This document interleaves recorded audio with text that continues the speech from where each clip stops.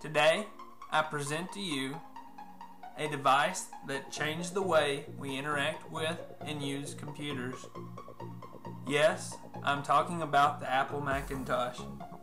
This computer, released in January 1984, had the first commercially viable operating system called GUI, Graphic User Interface, that used a new device called a mouse and an appliance-like design that was plug-and-play and easy to use.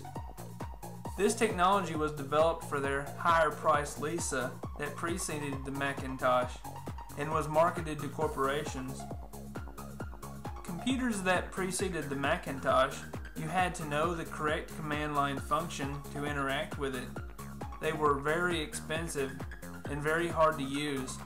When first released, the Macintosh had a 8 MHz Motorola 68000 processor, 128 kilobytes of memory, a 9-inch black and white CRT display, and a 400 kilobyte single slide floppy drive that you had to boot up the system from. It didn't even have a hard drive or cooling fan.